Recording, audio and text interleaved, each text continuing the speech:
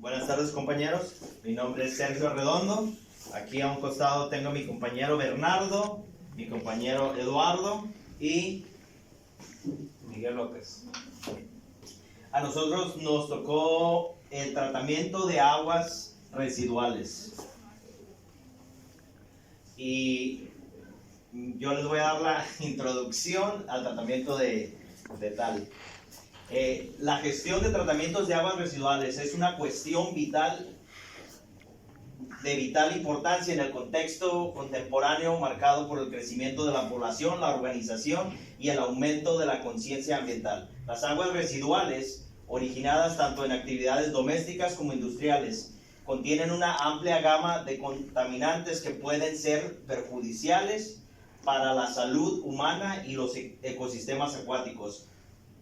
La adecuada recolección, tratamientos y disposición de estas aguas son esenciales para proteger la calidad del agua, preservar recursos hidráulicos y minimizar los impactos ambientales.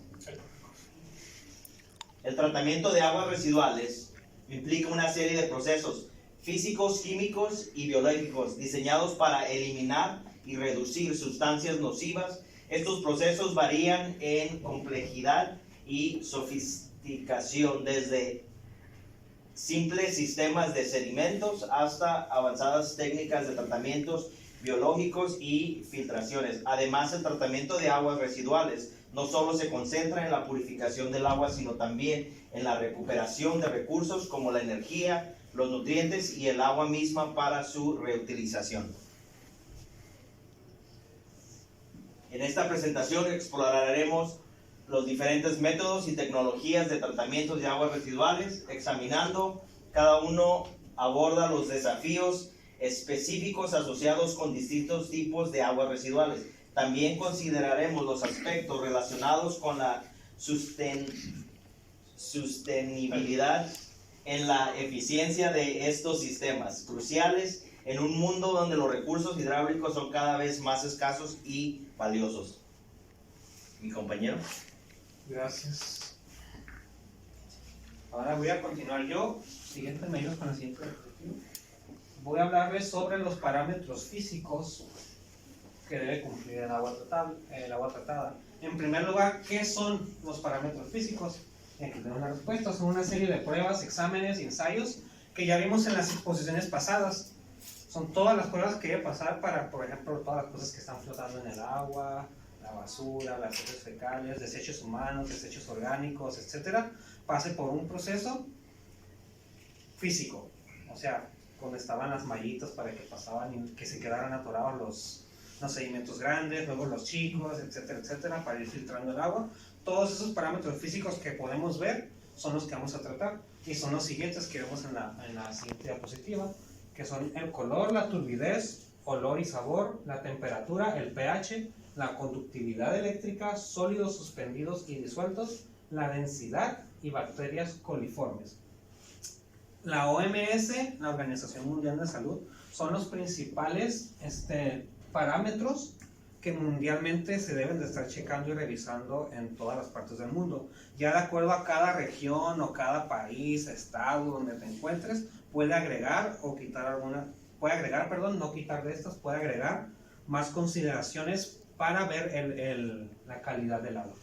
Vamos a la siguiente, vamos a iniciar con el color, el olor y el sabor. Entonces, el color del agua, vimos aquí en las exposiciones pasadas también, que el color del agua potable tiene que ser como en estos vasos. Tiene que ser completamente transparente. Se tiene que ver a través de ella. Se pueden hacer muchos procesos para lograr eso, pero el parámetro nos dice que el agua no tiene que tener ni sabor, ni olor, ni color. Porque si tiene alguna de estas tres cosas, puede tener bacterias, puede tener químicos, puede tener varias cosas que estén afectando su calidad y su integridad. Entonces no permite que esta agua sea utilizada por nosotros, las personas. Entonces, vamos a la siguiente diapositiva. La turbidez. Aquí tenemos un ejemplo en estos vasos de lo que es la turbidez. Aquí vemos el agua un poquito más clara y aquí vemos que el agua está completamente como cuando hacemos un Kool-Aid, que le echamos el polvito y tiene un color, ese color podría considerarse como la turbidez que agarra el color del agua. Entonces vemos que cuando hacemos pues la mezcla del tango, del suco, lo que les guste más, ahí podemos ver que ha cambiado la densidad, la turbidez del agua, por lo tanto cambian sus propiedades. Entonces, ¿qué nos indica que haya turbidez? Nos indica que puede haber partículas en el agua que sean pues malas para nosotros. Entonces vamos a pasar al siguiente parámetro, que es la temperatura. Hay varios químicos, varias partículas, minerales que pueden afectar la temperatura del agua. Entonces el agua tiene que estar aproximadamente unos 20 grados centígrados. Si el agua varía entre 5 grados más o 5 grados menos, que es el parámetro estándar, significa que el agua puede estar contaminada, puede tener bacterias, puede tener varias cosas. Entonces, como ahí podemos ver, las fluctuaciones en la temperatura pueden afectar la eficiencia de los procesos de coagulación, sedimentación y desinfección, lo que a su vez puede influir en la calidad final del agua tratada. Entonces, como vimos en varias exposiciones antes sobre los procesos de coagulación, sedimentación y todo eso, la temperatura puede afectar todos esos procedimientos. Es por eso que el agua tiene que estar en una temperatura estable, ambiente, porque si rebasa los 5 grados de la temperatura ambiente, entonces ya, ahí existen los problemas. Vamos a la siguiente. El pH. También estuvimos hablando del pH en las exposiciones pasadas. Aquí tenemos una tabla que nos muestra el pH que debe tener el agua, que es neutro, ácido, moderadamente ácido y muy ácido. El agua que nosotros tomamos puede estar entre el 5 y el 6, si no me equivoco, el agua potable en el 7. Entonces, si ahí es muy alcalino, acá es muy ácido. Por ejemplo, el zumo de limón está en el número 2, o sea, es moderadamente ácido. Pues tomen un limoncito y ahí se van a hacer la carita ácida. Entonces, el pH es una medida de alcalinidad o de acidez de una disolución acuosa, el agua, a modo general. Por tanto, en el agua, el pH es capaz de determinar la concentración de iones de hidrógeno, y de ahí las siglas de pH significan potencial de hidrogeniones. Así. Vamos al siguiente parámetro, por favor. La conductividad. Mide la capacidad del agua por conducir corriente eléctrica, lo cual está relacionado con la cantidad de sales disueltas. Entonces, el agua puede tener aquí, como vemos, este aparato que se usa para calcular la conductividad en el agua. Entonces, si el agua tiene conductividad, significa que tiene algún tipo de sal, algún tipo de mineral que está afectando la integridad del agua. Por eso estos parámetros que estamos hablando son los principales que debemos considerar para poder proveer a la comunidad un agua utilizable, que no nos cause daño en la piel, que no nos cause daño en nuestro cuerpo. Pasamos a la siguiente, por favor. A los sólidos, suspendidos y disueltos. Aquí en la imagen vemos varios sólidos ahí que están flotando, otros están adentro del agua. Entonces, sólidos, suspendidos y disueltos. Hablábamos también en exposiciones pasadas que los sólidos suspendidos son pues lo que está flotando ahí en el agua, ¿no? Lo que está ahí grandecito. Y los disueltos pueden ser como el sal, lo que le mencionaba, el tan, todos esos tipos, que el azúcar, que lo puedes echar al agua, le das una batidita y haz de cuenta que no está ahí, pero realmente sí está ahí, está afectando tanto el sabor, puede afectar el color, puede afectar varios de estos parámetros que al final hacen que el agua no sea consumible ni utilizable. Como podemos decir ahí, los altos niveles de sólidos totales en suspensión pueden afectar a la turbidez, aumentar la temperatura del agua y disminuir los niveles de oxígeno disuelto. Esto puede hacer que el agua se caliente más rápidamente porque las partículas en suspensión absorben más calor y agotan el oxígeno, lo que puede afectar negativamente a los organismos acuáticos y también pues, a nosotros al momento de consumir. Pasamos al siguiente parámetro, por favor. La densidad. La densidad es un parámetro físico del agua de vital importancia en aguas de alta salinidad para convertir medidas de volumen en peso. Es común medir volumétricamente la cantidad de muestra usada para un análisis y expresar los resultados como peso, volumen, por ejemplo, miligramos sobre litro. Y son medidas idénticas. Cuando la densidad de la muestra es 1, para muchas pruebas es aceptable. El pequeño error a considerar es 1 miligramo sobre litro. Entonces la densidad del agua, como conocemos, es 1000 kilogramos sobre metro cúbico, si no me equivoco. Entonces, para saber que el agua tiene una densidad correcta, tiene que ser 1 miligramo sobre litro. ¿Ok? Si se pasa de esto, significa que el agua está contaminada, tiene algún tipo de afectación. A la siguiente, por favor, Jonathan. Las bacterias coliformes, básicamente, ya lo habíamos platicado también en exposiciones pasadas, las heces humanas de animales, organismos de las plantas, organismos de la tierra, todas esas, pues a nadie le gustaría tomar agua con heces fecales, ¿no? Entonces aquí dice, la presencia de coliformes en el agua no garantiza que beber el agua cause una enfermedad, más bien su presencia indica que existe una vía de contaminación entre una fuente de bacterias, agua superficial, sistema séptico, desechos animales, etc., y el suministro del agua. Entonces, todos los parámetros que les acabo de comentar son parámetros físicos que tiene el agua, que podemos distinguir si la tomamos, si la olemos, simplemente con verla, y si uno ve agua cafecita, pues no se le antoja tomarla. Por eso, estos parámetros fueron puestos por la OMS y aplicados también en el Conagua, para que podamos tener niveles de agua aceptables aquí en la región, aquí en México. Y eso sería todo de mi parte. Gracias. Bueno, a continuación vamos a hablar de los parámetros químicos que se debe de cumplir en el agua tratada. Para esto vamos a hablar un poco de lo que son los contaminantes químicos. ¿Sí? Son diversos productos disueltos, dispersos en el agua, que provienen de escarpas domésticas, agrícolas e industriales. ¿Sí? ¿Qué viene siendo eso? Pues todos los desechos que vienen ya sea del uso doméstico o del uso industrial. ¿Ok?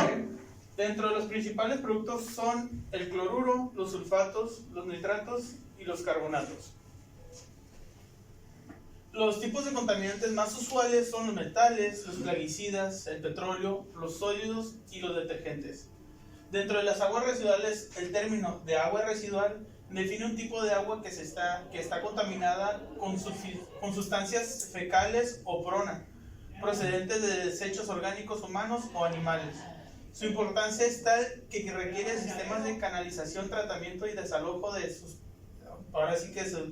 los sedimentos físicos, como ya lo habíamos comentado acá de este lado, para su pureza, para poder consumir este tipo de líquidos. Siguiente. Dentro de los procesos químicos, podemos saber que son los que hacen la eliminación de los contaminantes del agua, de residuales, que se llevan a cabo mediante la adición de reactivos químicos o bien mediante propiedades de diversos componentes. Dentro de los principales procesos químicos encontramos la precipitación química, la transferencia de gases, separación de amoníaco mediante arrastre de aire, absorción, desinfección, ozono, decloración, eliminación de sustancias orgánicas disueltas, intercambio iónico, ósmosis invertida y ultrafiltración. Muchos de estos ya los vimos en las exposiciones anteriores, como son el de ozono, la desinfección, la decloración, el intercambio de iones y el de ósmosis inversa. ¿Sí? Pero vamos a hablar un poco más o menos de lo que es la precipitación química, que consiste en añadir ciertos productos químicos al agua residuales para conseguir que estos alteren el estado físico de los sólidos disueltos o eliminación de sedimentación. ¿Sí? Entra un poco de lo que es también por medio del aire, porque al momento de burbujear hacen una reacción que purifica el agua. Dentro de la absorción es el proceso por el cual los iones o las moléculas son retenidos sobre la superficie de un sólido. Es lo que se denomina como absorción. El sólido recibe el nombre de absorbente. Las transferencias de gases, que la transferencia de gases se hace generalmente desde el gas líquido, excepto que en casos donde nos interesa eliminar el gas que se produce en un tratamiento determinado. Aquí podemos ver lo que son los parámetros ahora sí, para el uso del agua, en donde en el azul tenemos lo que es la excelencia de la pureza del agua, ¿sí? Y el rojo, pues digamos que no se puede consumir. Dentro de la escala del pH, nosotros tenemos el neutro, que es el agua potable que usualmente utilizamos, y entre 8 a 10, que donde es ligeramente alcalino, es el agua que nosotros pues, solemos ingerir. ¿Sí? Dentro del siguiente.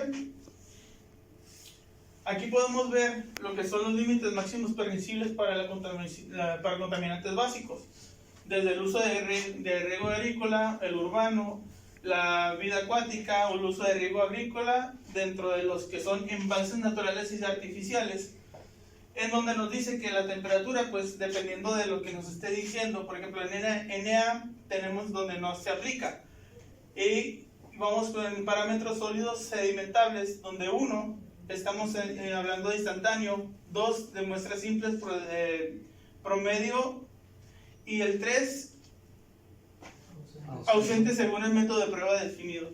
Y en este caso vamos a estar viendo nosotros dentro de las pruebas que se hacen, ahora sí que dependiendo del uso del agua, si es a uso potable, se va a estar checando entre 2 a 3 veces al día. ¿Sí? Siguiente. Y dentro de lo que son los contaminantes, bueno, vamos a ver lo que son en ríos, en embalses naturales y aguas costeras. Seguimos viendo el mismo parámetro, donde el PD promedio diario, en PM son promedios mensuales y en EA pues no es aplicable. ¿Sí? Donde vemos nosotros el PD, estaba diciendo que nosotros tenemos que estar sacando un promedio diario. ¿Sí? O el PM, nosotros tenemos que estar checando un promedio mensual de lo que es la pureza del agua. Ok, entonces yo les voy a hablar acerca de los parámetros biológicos que debe de cumplir el agua tratada. Como podemos ver, los contaminantes biológicos son organismos vivos o sus productos metabólicos que pueden causar daño a los seres humanos, animales y al medio ambiente. Estos contaminantes pueden incluir bacterias, virus, hongos, parásitos y toxinas producidas por ellos. Son frecuentes en ambientes como hospitales, laboratorios, plantas de procesamiento de alimentos y otros lugares donde hay una alta concentración de personas y actividad biológica.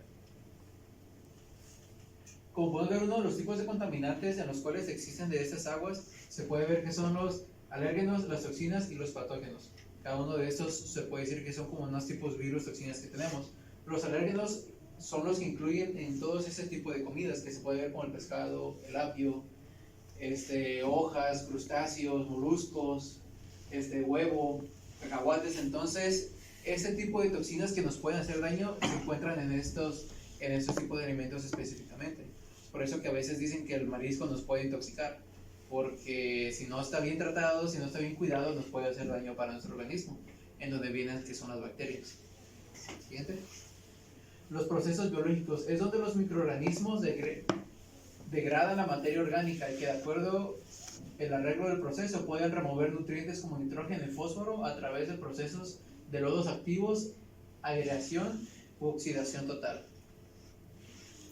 Los principales procesos o tratamientos biológicos, como se puede ver, en esta foto es uno de los lodos activos, en los cuales se pueden ingresar el agua, y mediante este proceso que se tiene del lodo activo es de que se va quitando cada toxina, cada virus, cada hongo, cada cosa que va pasando. Es como, no sé si recuerdan cuando hacíamos en la primaria un pequeño filtro del agua, donde poníamos agua sucia y que con piedras, con lodo, con tierra, y se iba haciendo más puro el agua.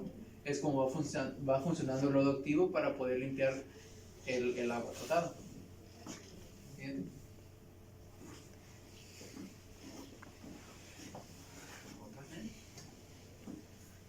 En conclusión, el tratamiento de aguas residuales es un proceso esencial y complejo que juega un papel crucial en la protección de la salud pública y la conservación del medio ambiente a través de una serie de procedimientos físicos, químicos y biológicos, como mis compañeros estaban exponiendo. Las aguas residuales se transforman en un estado contaminado a uno que es seguro para la liberación al medio ambiente. Como podemos ver, aquí tenemos algo inverso. Lo que sucede en playas no está hecho de la manera correcta, que está causando daños al medio ambiente y no se puede reutilizar.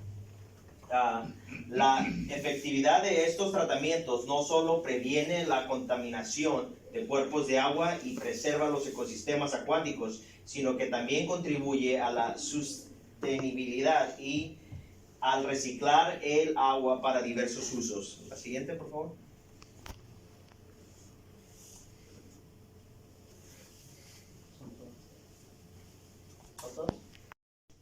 Continuamos en la conclusión.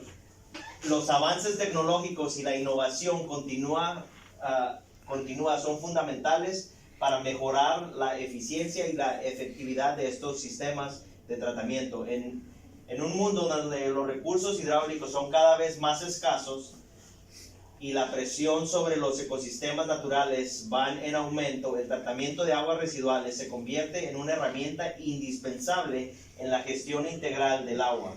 Por tanto, es esencial que se invierta en investigaciones, desarrollos y actualizaciones de estas infraestructuras para asegurar su capacidad de hacer frente a los desafíos actuales y futuros, garantizando así un futuro más sostenible y saludable para todos. Gracias. Claro, excelente. Gracias.